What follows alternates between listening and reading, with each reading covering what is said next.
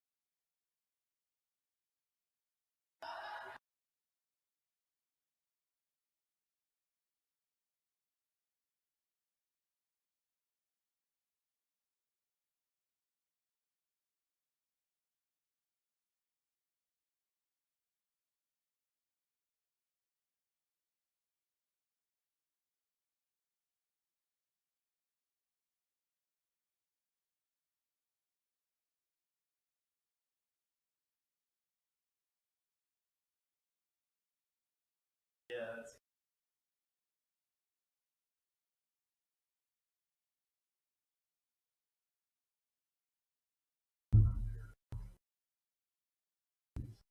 Oh, really?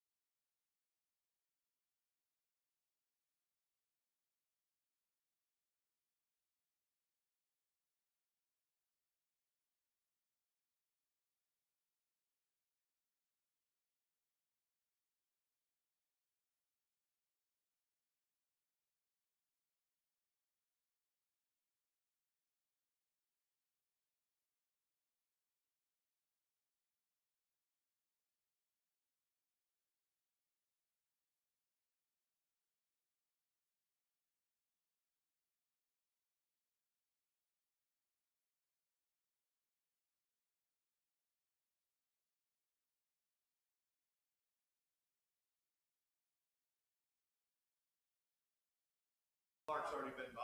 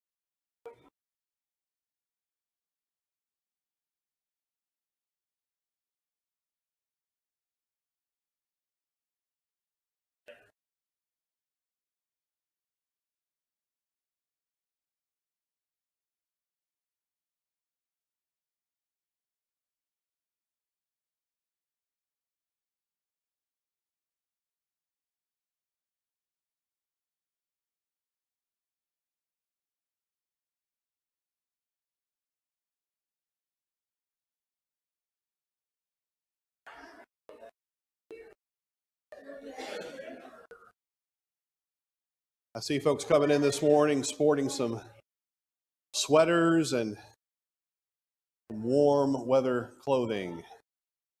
A little chilly out there, isn't it? It's warming up in here. We're going to be spending a lot of our time in the Gospel of John, chapters 9 and 10. That's where we'll be heading in just a moment. We are continuing our study of the life of Jesus. We've passed the Galilean ministry and are heading toward Jerusalem, where Jesus will have his final confrontation. We're a few months away, though, and I'm going to remind you of that. We've been using this chart, and that will help us a lot.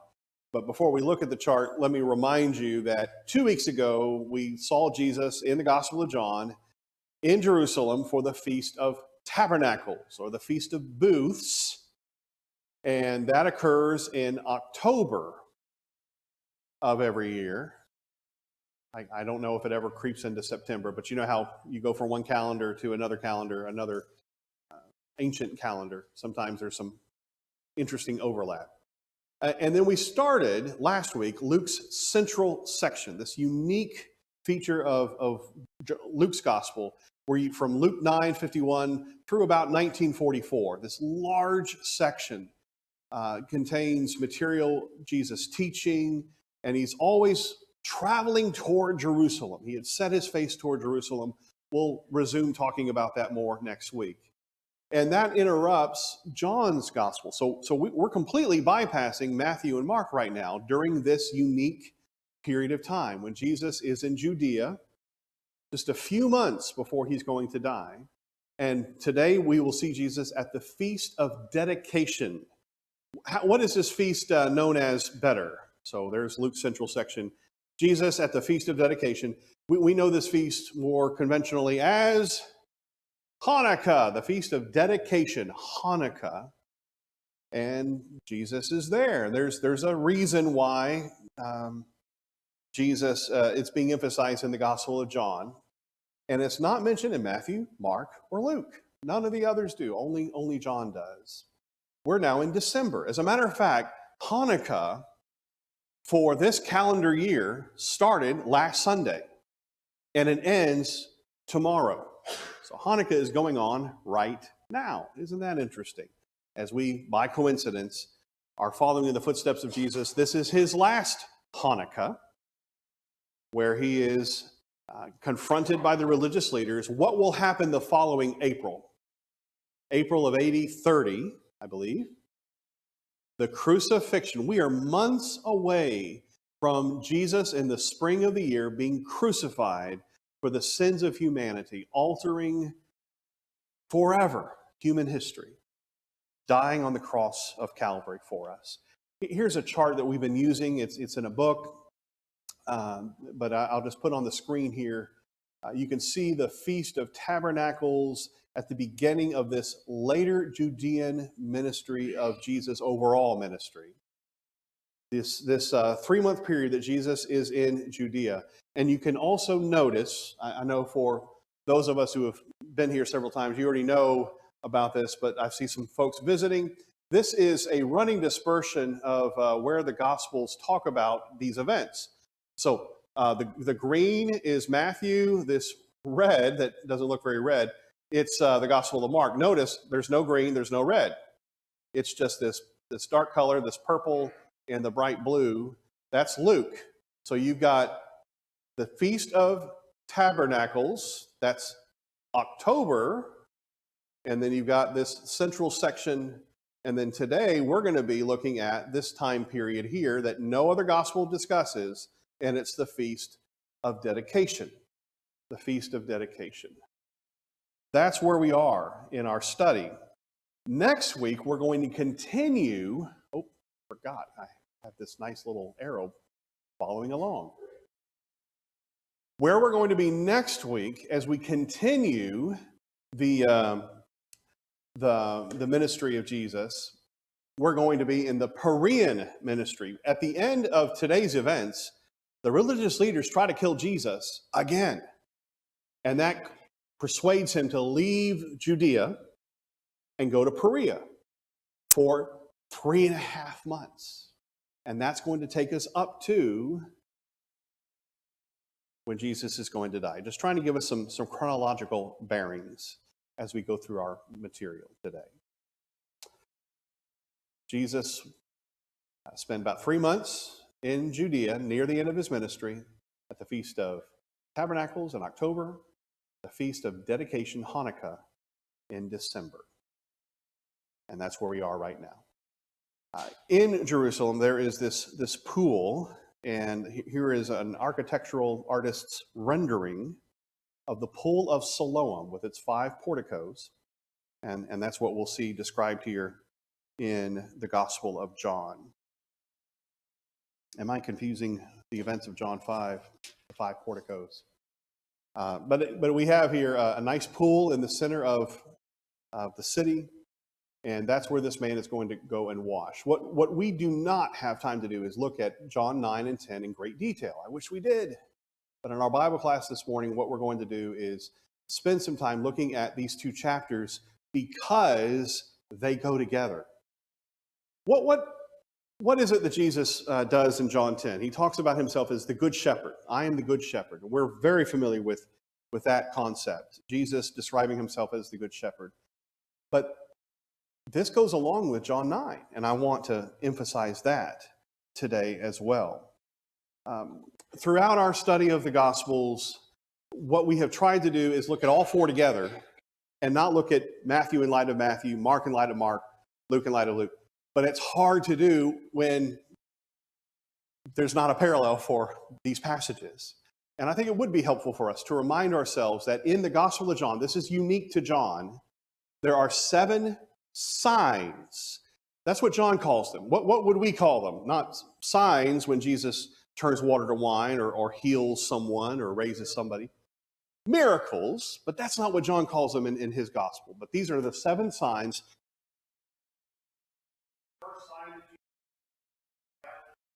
To wine, in John 2, verse 11, John 4, 54. This is the second sign that Jesus performed in Cana of Galilee. And as we go through the gospel, what we see are only 7 miracles that Jesus performs. Only 7. This is the 6th one, the penultimate miracle in the Gospel of John, the healing of the blind man. What will be the ultimate miracle that Jesus performs, of these 7 at least? Well, the raising of Lazarus from the dead after he had been dead 4 days. And what is that anticipating? God's miracle, his own, Jesus' own resurrection from the dead. Trying to get our bearings as we are looking at John chapter 9. We're nearing the end of Jesus' ministry, December, just shortly before he dies. Here we are in John 9. This is all part of the book of signs, as it's called, chapters 1 through 12. All right, something else unique about John's gospel, as you well know, are the 7 sayings. You've got 7 signs, 7 sayings. The 7 signs all fit neatly in that first 12 chapters, that book of signs. These overlap. It starts in chapter 6. We looked at the first one recently when Jesus was at the Feast of Tabernacles. When it's also, what's the other name for the Feast of Tabernacles? It's sometimes called the Festival of Lights. And so Jesus, during that festival, said, I am the light of the world. Well, Hanukkah is a man-made feast. It's not a divinely made feast, but it's a man-made feast that picks up on Hanukkah. That picks up on the Feast of Booths. What was Hanukkah supposed to celebrate, by the way? The Maccabean revolt, when they had rededicated the temple that had been desecrated by Antiochus Epiphanes. And that's part of that period between the Testaments. We don't talk about a whole lot. But the Hanukkah was also called the Festival of Lights. And during this, Jesus says again, I am the light of the world. What is so significant? We said this a couple weeks ago. What is it that's so significant about Jesus saying, I am this, I am that. I am the bread of life. I am the light of the world. I am the resurrection and the life. All right, God called himself. That is his personal name. In fact, it's based on his personal name. Exodus 3, verse 14. Who do I say sent me? Moses asked. I am who I am. Tell them, I am has sent you. God's name is based on the idea of being, to be. He always has been, always will be. He is eternal. He is all powerful. Jesus is picking up that moniker, so to speak. He is saying I am repeatedly, claiming to be God. Yes, sir? The answer is yes.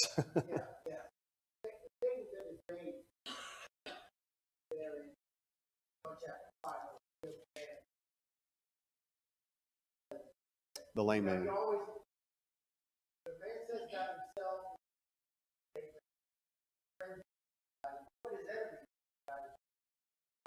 Ah.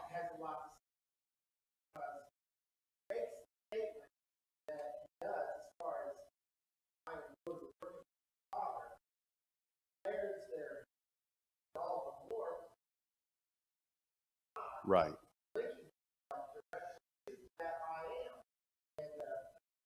And if you're in John 9, you go back a page, it's the same thing where they're saying, well, Abraham's our father. And Jesus says, no, Abraham's not your father. I'll tell you who your father is, though. Your father is the devil. He was a liar from the beginning. And it's in John 8, verse 58, that Jesus says to them, let me tell you about me. Truly, truly, I say to you, before Abraham was, I am. And we spent a lot of time talking about that a couple of weeks ago, really emphasizing Jesus claimed to be God. He is deity. I am means I am eternal. I am all powerful. I am God. And all throughout the Gospel of John, he makes this statement. I am the bread of life. I am the light of the world. I am the door of the sheep. We'll be looking at 2 and 3 this morning. You look at that outline of John 9. I'm not expecting you to jot this down. I'm hoping you maybe have paragraph headings in your Bible that will help identify these various sections. Verse 8, verse 13, verse 18, Verse 24, I have little marks in my Bible, maybe you do too, giving indications that this is a new paragraph or a new little section. Verse 35. There's a lot in this story, as you can see. We do not have time to look at all the details. But somebody give me the gist. What's the gist of John 9, the story?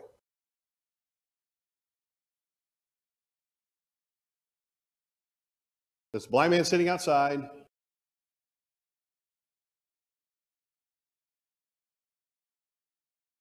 Yeah, he makes saliva with dirt, applies it to the man's eyes, go wash in the pool of Siloam. He comes back seeing. How did he get to the pool if he's blind? Oh, okay. Maybe he had some help. Okay.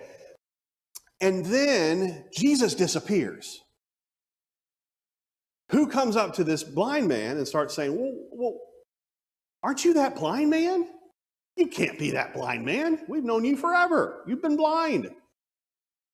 And this is a powder keg occasion, because if you confess that this Jesus guy who's been going around preaching and performing miracles for the last 3 years in Galilee and messing with us here in Judea as well, if you confess him to be the prophet or even the Christ, what's going to happen to you? You're going to get kicked out of the synagogue by the Jews, as they're called here, the Pharisees. And they start interrogating this man. Eventually, they get his parents involved. Is this your son? Yeah. Was he blind? Yeah. Who healed him? Oh, you ask him. He's of age. Everybody's terrified. So what's going on here? We're summarizing this passage. It starts off with this. Let's read verses 1 through 5. As he passed by, he saw a man blind from birth. And his disciples asked him, Rabbi, who sinned, this man or his parents, that he was born blind? Jesus answered, it is not that this man sinned, or his parents, so we've already brought in his parents, but that the works of God might be displayed in him. And then Jesus says this in verse 4, we must work the works of him who sent me while it is day. Night is coming when no one can work. What is Jesus anticipating there in verse 4? It's crucifixion. As long as I am in the world, I am the light of the world. Can the one who claims to be the light of the world, can he touch somebody's eyes and open them? He can. And so he spits on the ground, verse 6, made mud with saliva. Excellent that Rachel brought that out for us. Then he anointed the man's eyes with the mud and said, go wash in the pool of Siloam. And he comes back seeing. But Jesus is not there. I'm pointing that out to you. It's not emphasized. There's no Jesus. He's gone. This idea of being born in sin comes up again in the Gospel of John when the Jews, again, these are the Pharisees. John's Gospel doesn't call them the Pharisees. He calls them the Jews. I don't know why. But the Pharisees answered him, you were born in utter sin, when they're interrogating him later. So remember that. There's this idea of people being in sin and not knowing it, not realizing it. After all, this man has a physical malady. Something's wrong, right? There must be sin involved because of his physical malady. And I see heads going, no, that would be superstition, wouldn't it? It has nothing to do with sin, being born this way. Well, the question continues as John 9 ends. And I'm just bringing this up now before we get to it, because I want us to see the continuity of this entire section. It starts off talking about sin. It ends talking about sin. And Jesus is talking to the Pharisees here at the end, and he says, if you were blind, you would not have sin. But now that you say, we see, your sin remains. What are you talking about there? Jesus is talking to the religious leaders here at the end of John 9. And he says, because you say, we see, your sin remains. So you have a man who was physically blind, but he saw something that these Pharisees who aren't physically blind He saw something that they were blind to. You see what John is doing? A man is physically blind, but he can see spiritually. These men are physically able to see, but they are blind spiritually. Very creative, isn't it? This is how John works. He does this all the time. Now, this man just sitting there, he's blind. He's a beggar. I don't think they had Social Security back then. He's sitting there begging. Jesus heals him. And as we go through this chapter, John shows us, I believe, the development of this blind man's faith. I guess we should call him the formerly blind man's faith. When he's interrogated, who opened your eyes? Or how were your eyes opened? That's verse 10. And what he says is, this man called Jesus. That's what the guy's name is. And they start talking to him further, and they say, how can a man who is a sinner, there's that idea of sinning again, how can this Jesus who is a sinner do such signs? And the man says, well, you know what? He must be a prophet. I believe we're seeing the progression of his faith. Then he ridicules, he uses sarcasm with the religious leaders. And he says, in verse 30, the man's been interrogated by the Pharisees, and we're deep into this chapter now. The man said, why? This is an amazing thing. You do not know where he comes from, and yet he opened my eyes. You're the religious leaders. You should know where he comes from because he opened my eyes. He's using sarcasm here. He's not being very nice. If this man were not from God, he could do nothing. So we go from, well, his name is Jesus, I guess he's a prophet, to being, he must be from God. And then Jesus does reappear at the end, and he speaks to the man. And in verse 35, Jesus heard that he had cast him out. They had kicked him out of the synagogue, which has tremendous implications for him and his family. Having found him, Jesus said to him, do you believe in the Son of Man? He answered, who is he, sir, that I may believe in him? Jesus said, you have seen him, and it is he who is speaking to you. He said, Lord, I believe. And he worshiped him. What has happened here over the course of John 9? A physically blind man sees Jesus clearly. Physically seeing men, the Pharisees, are blind as a bat spiritually. And that's being emphasized in this brilliant narrative, John chapter 9. It is just so incredible. There are so many little nuances and details in this chapter that we do not have time to go through. For example, and I mentioned this to y'all before, 2 weeks ago, in John 9, verse 9, and I make this point again because I really believe in it. When people are arguing about the blind man who has just been able to start seeing again, they start questioning themselves and say, well, who is he? I mean, this can't be that blind guy, can it? Some said, it is he. Others said, no, but he is like him. He, the blind man, the former blind man, kept saying, I am the man. And what do we say about those words? I am he, or I am the man. I am he, your translation might say in verse 9. I am the man. The two words, the man, are not there. Our English translations are trying to smooth it out for us because this would sound really strange, wouldn't it? I am is all he would say. He's saying the same words that Jesus was saying. I am the light of the world. I am the good shepherd. This man is becoming a little Jesus in front of our eyes. And that's exactly what we're supposed to be. Is this man claiming to be God? No, he's just answering the question. I'm the guy. But he's using these same two little words, I am, that Jesus used. He is growing in his faith while these other guys are as blind as a bat. What do you think about this chapter? What little we have looked at it. Isn't it remarkable? There is just so much here in this chapter. Let's talk about the mud for a moment. the dirt that Jesus used his saliva and touched the man's eyes. There's a lot of emphasis on this mud. Verse 6, we've already read this. Jesus spit on the ground, made mud, applied it to the man's eyes. In recounting, because he's being interrogated, who did this? What happened? The man called Jesus made mud. And then you see this again in verses 14 and 15. It was a Sabbath day when Jesus made the mud and opened his eyes. We'll talk about that in a moment. The Pharisees again asked him, how had he received his sight? And he said, he put mud on my eyes that I washed, and I see.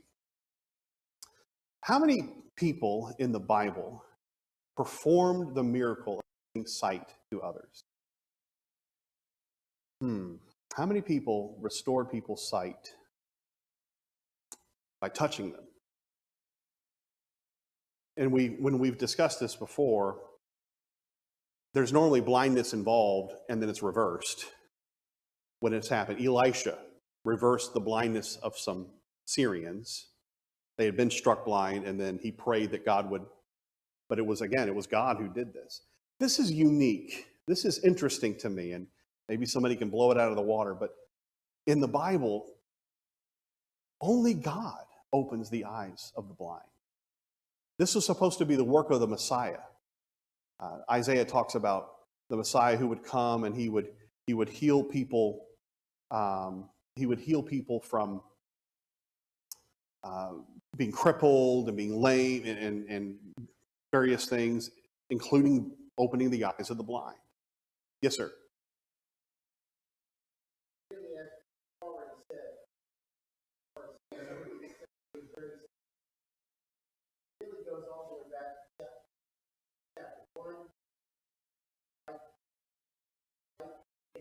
The light coming into the world.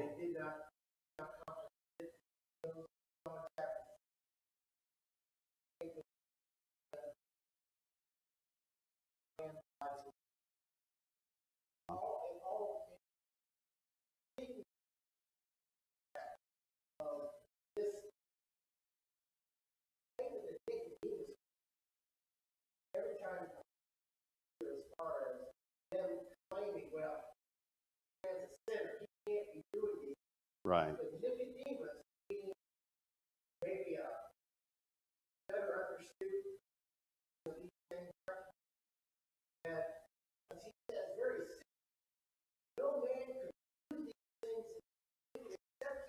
Right.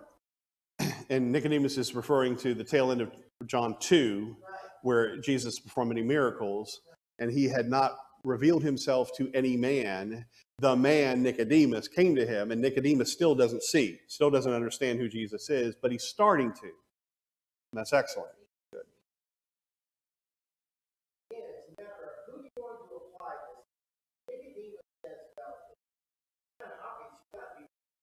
Yeah.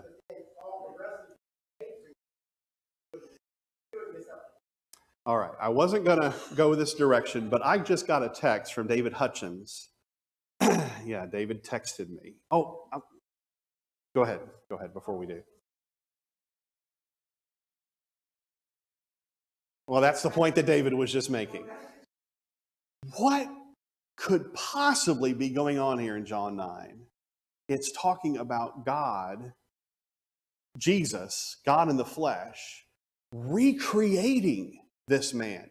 He is now a new creation because he has taken mud. What did God do when he made man? He took dirt, he fashioned it into a man. He breathed into the man the breath of life. Now, the Gospel of John wouldn't be referring to that. Okay. There's a lot going on under the hood in the Gospel of John, in particular, John chapter 9. This is an extremely important chapter, and that is exactly what I believe is going on here. Let's look at the tail end, verse 39. For judgment I came into this world, that those who do not see may see, and those who see may become blind. some of the Pharisees near him heard these things and said to him, "Are we also blind?" Jesus said to them, "If you were blind, you would have no guilt. But now that you say, 'We see,' your guilt remains. Truly, truly, I say to you, he who does not enter the sheepfold by the door, but climbs in by another way, that man is a thief and a robber." All right, let's stop there. We just read John 10, verse 1. Is there a break between John 9 and John 10 in the Gospel of John? Well, yeah, there's a chapter division right there. But did John make that chapter division? And there's no information that says, and on the next day, Jesus did this. There's no natural break. It simply continues into chapter 10. And further, what we also see is reference to the blind man in John 10, verse 21. I've got that on the screen there. So Jesus is giving his "I am the good shepherd" discourse in John 10, and it says at one point the people are responding and saying, "These are not the words of one who is oppressed by a demon," like the Pharisees are saying. "Can a demon open the eyes of the blind?" That's John 10, verse 21. What is that referring to? The events of John 9. And then a little later in John 11, after, it's before Lazarus is raised from the dead, some of them said, "Oh, this miracle worker Jesus, who opened the eyes of the blind man, couldn't he have also kept this man Lazarus from dying?"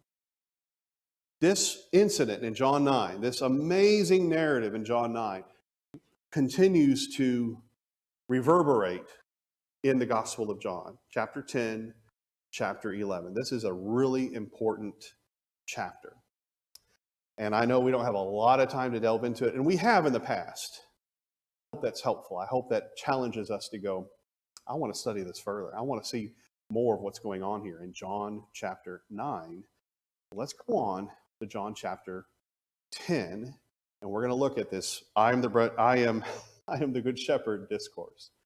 Jesus already gave the I am the bread of life discourse in John 6.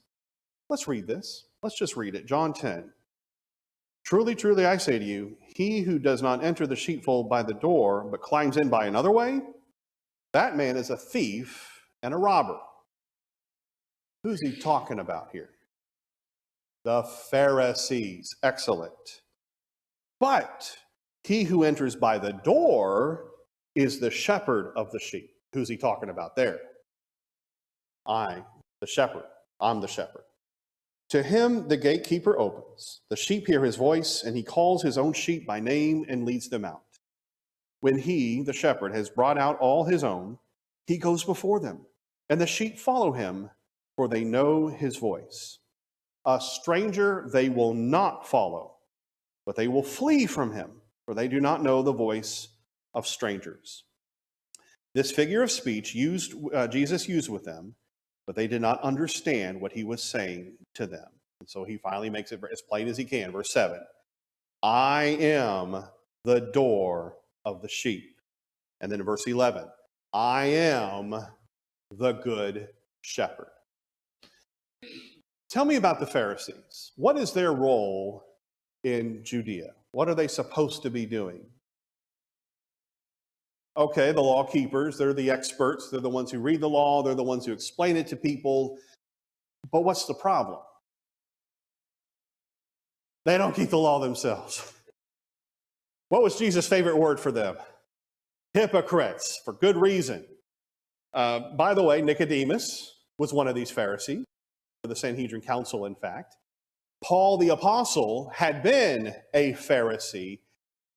From my perspective, when I read about the Pharisees, when I see the kind of people that they were, especially in contrast with the Sadducees, these aristocratic rich guys who were very physically minded and anyway, they were evil. Well, the Pharisees are kind of the good guys.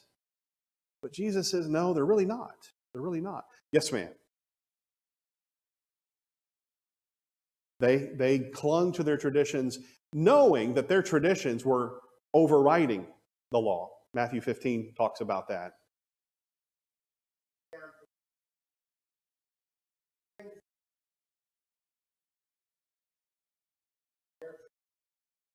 Okay.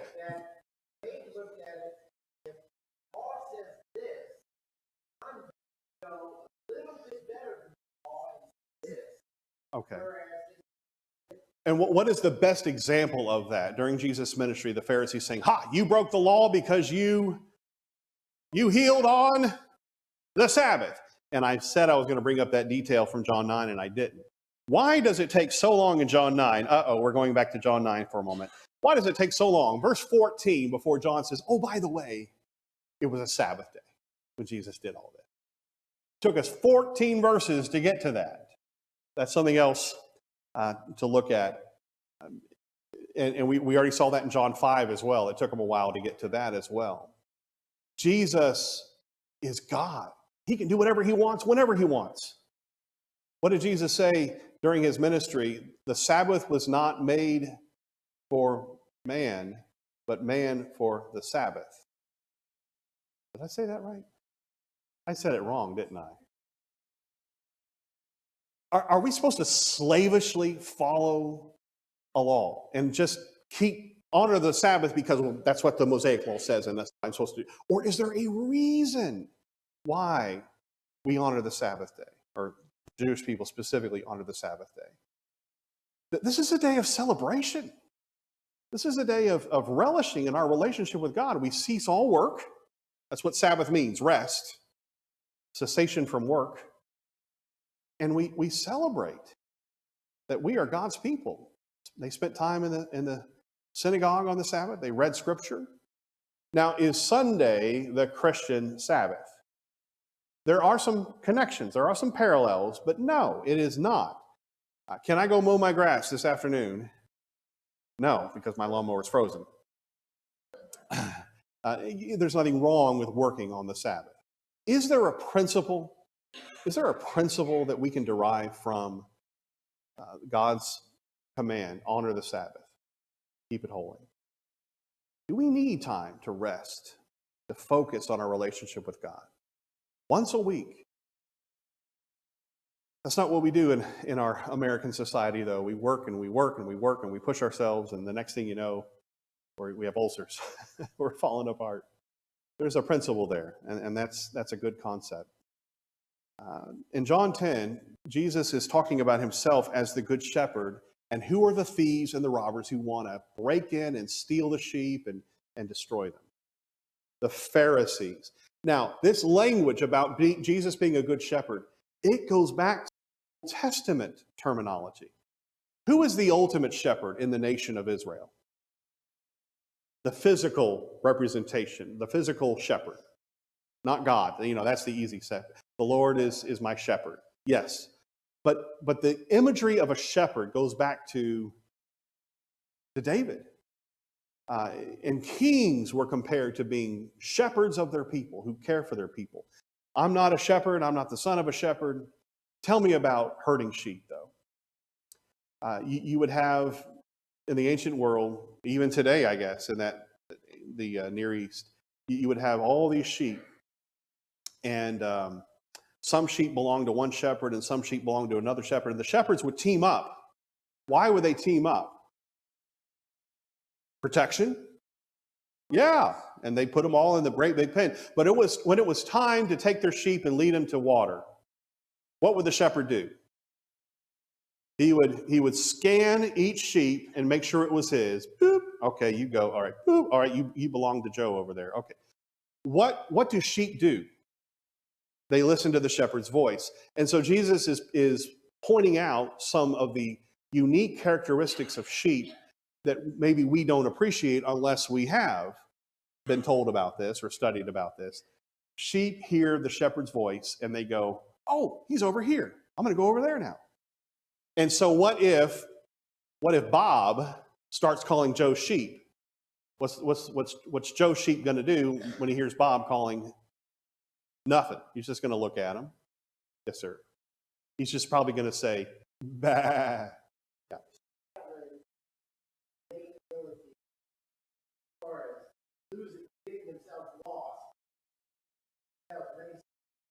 Okay, lost sheep. And what does the shepherd do when the sheep get lost?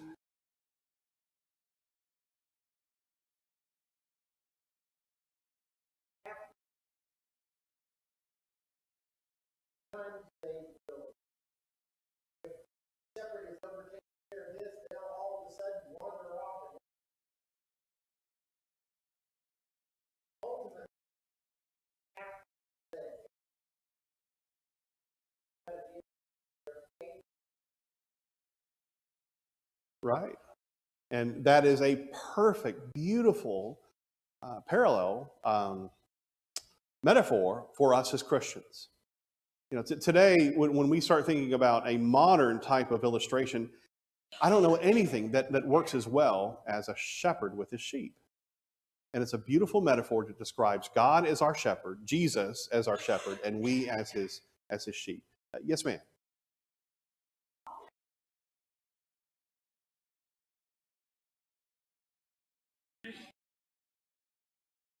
Right.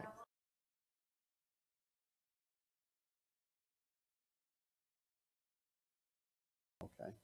And Jesus is the best shepherd in the whole wide world. He's going to protect his sheep. There is, oh yeah.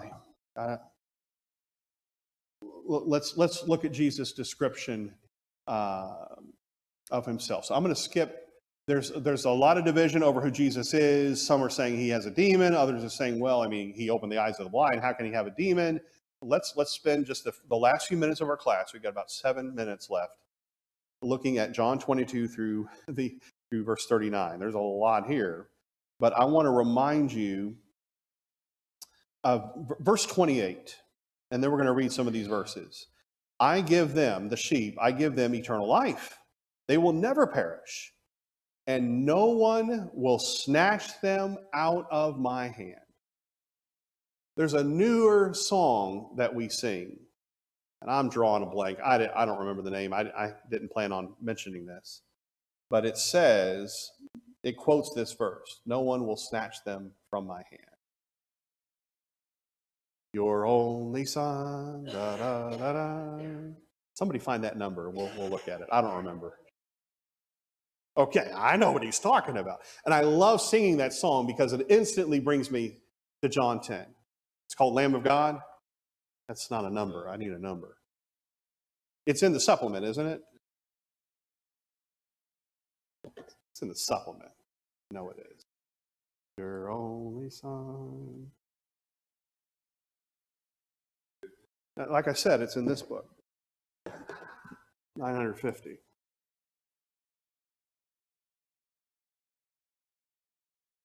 No, that's not the song I'm thinking of. Does it have that wording in there? It's the one that Benjamin Torno likes to lead, and I believe it is in the supplement. Sorry, I didn't mean to get us distracted. Verse 22. At that time, the Feast of Dedication took place at Jerusalem. So here we are now. It was winter. That makes sense. It's December. And Jesus was walking in the temple in the colonnade of Solomon. So the Jews gathered around him and said to him, how long will you keep us in suspense? If you are the Christ, tell us plainly. Well, for crying out loud, Jesus has been telling them. Jesus answered them, I told you, and you do not believe. The works that I do in my Father's name bear witness about me, opening the eyes of the blind. But you do not believe because you are not among my sheep. My sheep hear my voice, and I know them, and they follow me. I give them eternal life, and they will never perish, and no one will snatch them out of my hand. So I'm getting information thrown at me. It is a song that I was thinking of, and I was misleading you. I apologize. It's in Christ alone. We're not going to sing it, but it's in verse 3, as I recall. Verse 4. No guilt in life, no fear in death. That is the power of Christ in me. From life's first cry to final breath, Jesus commands my destiny. No power of hell, no scheme of man can ever pluck them from his hand. And that's all I wanted to bring out. Next time you sing that song, I want you to think of John 10. That's what it's referring to. Jesus has a hold on us. When we are in him, we abide in him, we remain in him, and no one can snatch us from his grasp and take us from him. How does that make you feel? Sheep being led by the good shepherd who dies for the sheep. When that wolf comes along, Jesus sacrifices himself for us. This is a powerful metaphor, describing us as sheep, but Jesus as the ultimate good shepherd who gives himself for the sheep. Verse 39 says, they sought to arrest him, but he escaped their hand. Why? Because he claimed to be God. Verse 35, and we're going to run out of time here. Verse 37. If I am not doing the works of my Father, then do not. But if I do them, even though you do not believe me, believe the works, that you may know and understand that the Father is in me, and I am in the Father. Again, they sought to arrest him, but he escaped from their hands. Why are the religious leaders so upset that Jesus is talking about being one in the Father and the Father in him? Because they think he's blaspheming. That's another factor. They know that the people are greatly influenced and are following Jesus and starting to question whether or not the Pharisees are really all they claim to be. So we are out of time. We're going to see Jesus now move into Perea, and he will be there for 3.5 months, and that will be portrayed for us in the Gospel of Luke, and that's where we'll be next week as we continue Luke's central section. Thank you for walking through this marvelous passage with me. John chapters 9 and 10. Thank you.